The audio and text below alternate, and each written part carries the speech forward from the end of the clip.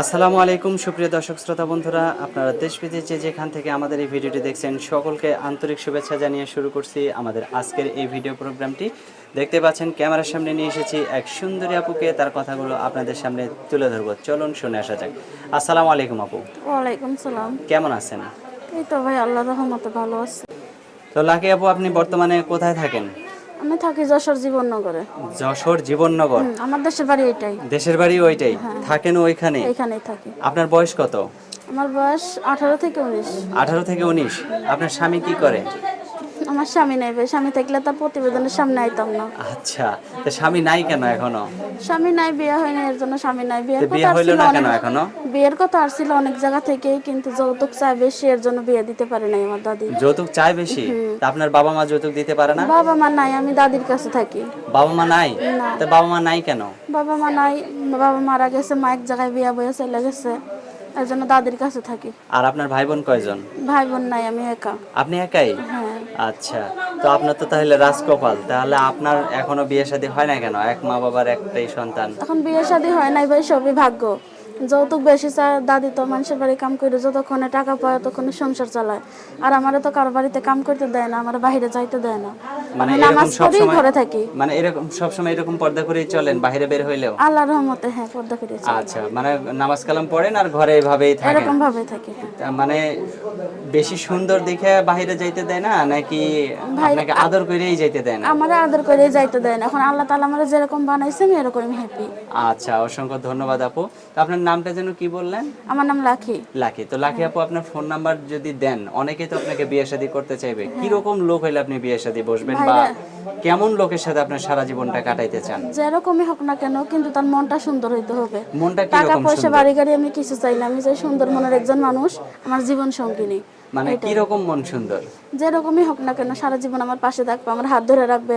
আমার দুনিয়াতে কেউ নাই আমার দাদি ছাড়া, আর আমার দাদি অসুস্থ। যদি সেই লোকটা বৃদ্ধ হয় বা আপনার চেয়ে বয়সে অনেক বেশি হয়, তখন? আমার কোনো অসুবিধা নাই, খালি আমার মাথার উপরে ছায়ের মতন দাঁড়ায় থাকলেই হবে, এছাড়া আমার কিছু লাগবে না। আচ্ছা, অসংখ্য ধন্যবাদ। আর আপনার যে স্বামী হবে, সে যদি 5 ওয়াক্ত নামাজি না হয়, তখন কি হবে? 5 ওয়াক্ত নামাজ ভাই যার জানি আনছি তার কারো কবরে থেকেও যাবেন। আমি যথেষ্ট চেষ্টা করবো তারে নামাজ পড়ানোর জন্য, নামাজ পড়তে কোয়ার জন্য। সে যদি না পড়ে ভাই, আমার তো আর কিছু করার নাই। হ্যাঁ হ্যাঁ হ্যাঁ, তো ঠিক আছে আপু, এখন আপনার অনেক কথাই তো শুনলাম। আপনার সাথে যোগাযোগের মাধ্যম তো অবশ্যই ফোন নাম্বার কি আপনি দিবেন ভিডিওতে?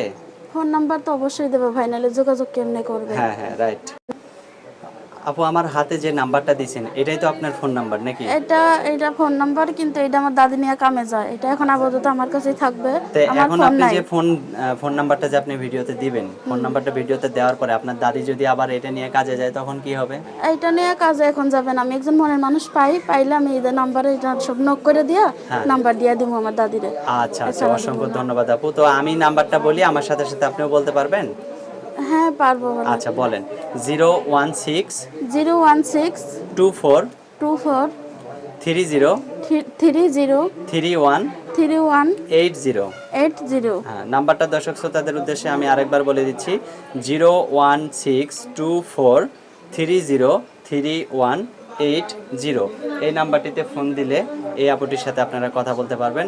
আর এই সুন্দরী অপরূপ পর্দাসীন নারীটির সাথে যদি আপনারা কথা বলতে চান, আর এই আপুটিকে যদি আপনাদের কারো ঘরণী বানাতে চান, তাহলে অবশ্যই আমাদের স্ক্রিনে দেওয়া নাম্বারে কল দিবেন, তাহলে সরাসরি এই আপুটির সাথে আপনারা কথা বলতে পারবেন। আপু, আর কিছু বলার আছে আপনার?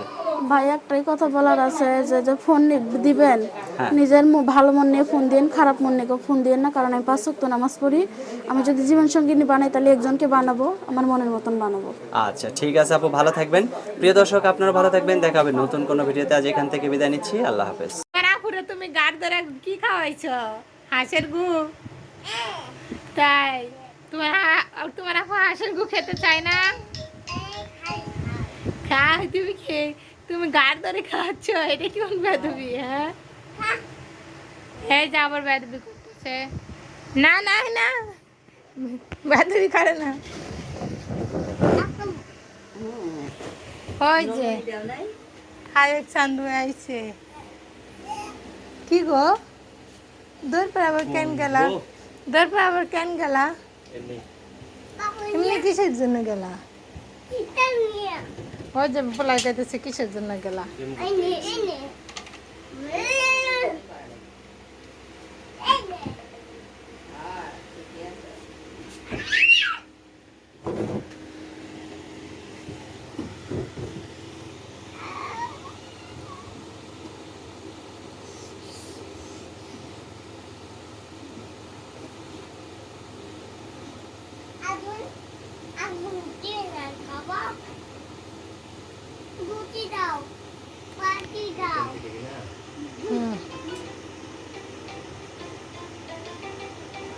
ওই তোমার ডাক দিতেছে।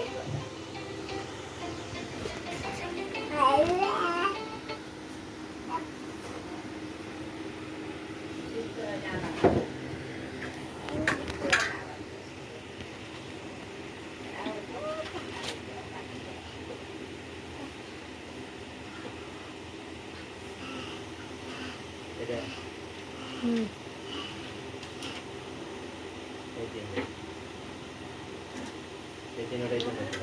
হুম এনকে 3টা সারা টাইম আছে। একটা 2টা কাজ করে দিবা, 4টা একটা 10টা। এইটা আর এইটা। সেটাই করবো।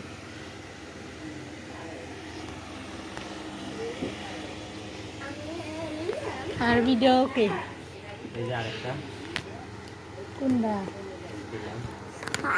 ওটা এডিট করবো না, এডিট করবো মোবাইলেই ছাড়তে পারবে, সমস্যা নেই। 2 দিন থাকা আর 3 দিন থাকা। কি খাচ্ছ তুমি? কি মাছ? এই মাছের নাম কি বলো? তেলাপিয়া। পিয়া মাছ না, বলো তেলাপিয়া। তেলাপিয়া। এটার মধ্যে কটা জমছে?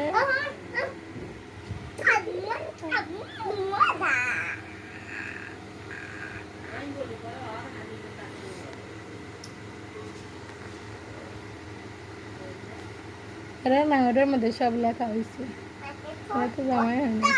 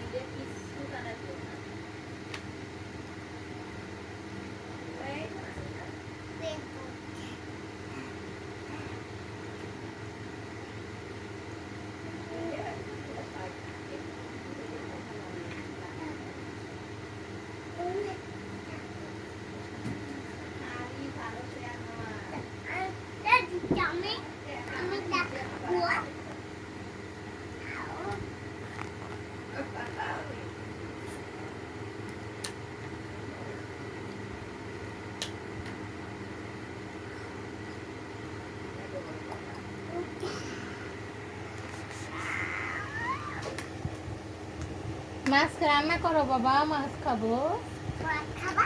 হ্যাঁ বাবা, সুন্দর করে মরিচ পেঁয়াজ হলুদ সব কিছু দিয়ে রান্না করো।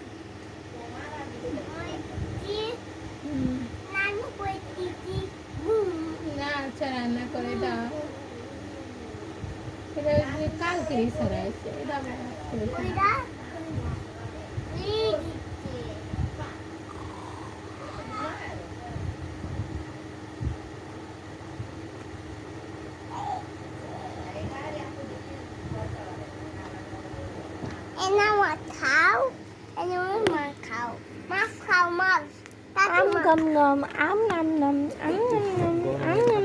খেয়েছি।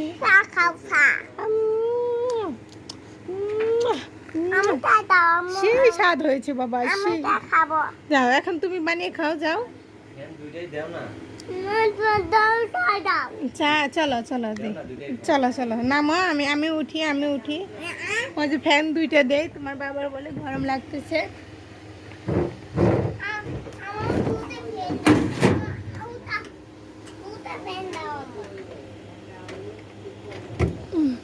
হ্যাঁ, এই 2টা ফ্যান দিয়েছি বাবা।